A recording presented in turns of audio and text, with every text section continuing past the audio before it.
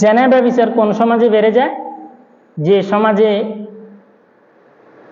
হারাম খানা বেড়ে যায়, হারাম খাদ্য, সুদ, ঘুষ, হারাম খাবার, অন্যায় যে সমাজে বেড়ে যায়, ওই সমাজে জেনা ব্যভিচার বেড়ে যায়। আপনি যদি একবার বললা নিশ্চিত কথা, আপনি যদি বিদেশ থেকে দেশে হারাম টাকা পাঠান, বিদেশে যদি আপনি চুরি করা টাকা দেশে পাঠান, নিশ্চিত আপনার ঘরের মধ্যে জেনা ব্যভিচার হবে, পরকীয়া হবে। আপনি যদি হারাম ইনকামে, হাজী সাহেব আপনার লাল দাড়ি, আপনি 40টা আপনি হজ করে আসছেন, আপনি 30 বছর মাহফিল পরিচালনা করে আসতেছেন, 50 বছর আপনি মসজিদের সভাপতি, আপনি দিনের বহু কাজ করেন, কিন্তু আপনার ঘরে যদি হারাম আপনি যদি ঢুকান, তো মনে রাখবেন আপনার ঘরের মধ্যে জেনা ব্যভিচার বেপরদা এটা হবেই হবে। বলে কেমনে? দলিল দেন। দলিল ছাড়া কেন কথা বলে? স্পষ্ট দলিল, একদম স্পষ্ট দলিল। আমাদের আদি পিতা হযরত আদম আলাইহিস সালাতু ওয়াস সালাম এবং আমাদের আদি মাতা হযরত হাওয়া আলাইহিস সালাতু ওয়াস সালাম জান্নাতে ছিলেন।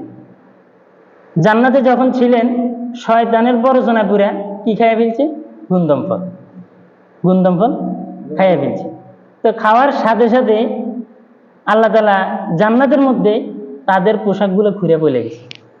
বেপরদা, হারাম খাদ্যের সাথে বেপরদা আর জেনার একেবারে মানে দুইটা কাগজ গাম দিয়ে জোড়াইলে যেমন তেমন। হারাম খাদ্য যেখানে ঢুকবে, জেনা ব্যভিচার সেখানে ঢুকবে। একদম স্পষ্ট দলিল, এর থেকে আর কোনো দলিল হইতে পারে না। আল্লাহ তাআলা আদম আলাইহিস সালামকে বলছে আপনি গুন্দম ফল খায়েন না, হারাম খাইছে, সাথে সাথে জান্নাতের সব পোশাক খুলে পড়ে গেছে। অন্য কোনো শাস্তি তো হয়নি, হাত তো নষ্ট হয়ে যায়নি, চক্ষু নষ্ট হয়নি, গুনার কারণে শারীরিক কোনো ক্ষতি হয়নি, ক্ষতি হয়েছে পোশাক খুলে গেছে। মা এত স্পষ্ট দলিল দিবের পরে বুঝি আপনি হারাম খাওয়াবেন? এই জিনিসটা যদি আপনি চিন্তা করেন যে আমার আব্বা আমার আম্মা একটা শুধু হারাম খাবার খাইছে, এর কারণে জান্নাতের সব পোশাক খুলে পড়ে গেছে, অন্য কোনো গুনার অন্য কোনো শাস্তি তো আর হয় নাই, তাহলে বুঝা গেল যেখানে হারাম ঢুকবে সেখানে পরকীয়া ঢুকবে, যেখানে হারাম ঢুকবে সেখানে জানা ঢুকবে। স্পষ্ট কথা। আপনি বিদেশ থেকে বহু কষ্ট করে টাকা পাঠান, বহু কষ্ট, যদি হারাম পাঠান তো মনে রাখেন আপনার বাড়ি দিয়ে নিশ্চিত কোনো গুনাহ হচ্ছে, যা আপনি দিলে দিলে একবার বসে রাখেন, নিশ্চিত কোনো গুনাহ হচ্ছে। একেবারে মানে এই জিনিসটা খুবই, আল্লাহ তাআলা যখন বলছে ফাবাদাত সাওআতুহুমা, তখন আরব জাহানের সব শায়েখেরা এই আয়াতটা নিয়ে, যারা শায়েখ বড় বড় যারা শায়েখ, মানুষদেরকে শুধু একটা কথাই বুঝেছে, হারাম ঘরে ঢুকাইছেন, হারাম ঢুকেছেন, জেনা ঢুকেছেন, হারাম ঢুকেছেন, পরকীয়া ঢুকেছেন। আল্লাহ তাআলা আমাদেরকে বুঝার তৌফিক দান করুন। আমি একদিন যে কোনো এক জায়গায় শুধু আয়াতটা পড়ছি, ফাবাদাত সাওআতুহুমা। এক যুবক আমার এসে, হুজুর আপনি যে কথাটা বলছেন এটা একদম বাস্তব। আমি বললাম কেমনে বুঝলেন? তো এটা আমার সাথেই করছি।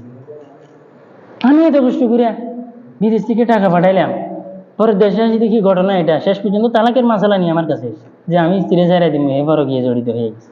বলে হুজুর এটা একদম নিশ্চিত, সব চাকরি সে ছাইরিয়া হারাম যত কিছু আছে সে এখন কি করে জানেন? সে এখন ফুটপাতে ব্যবসা করে। তো এটা কর, ঘরে আমি হারাম ঢুকাম, ঘরে আমি হারাম ঢুকাম। হারাম যেখানে ঢুকবে সেখানে আপনি আপনার মেয়েকে কন্ট্রোল করতে পারবেন না। মেয়ে চলে যাবো, ভাইকে যাবো, ওরা আমি কান্না করবেন, তা হইতো না। হারামের 1 নম্বর শাস্তি।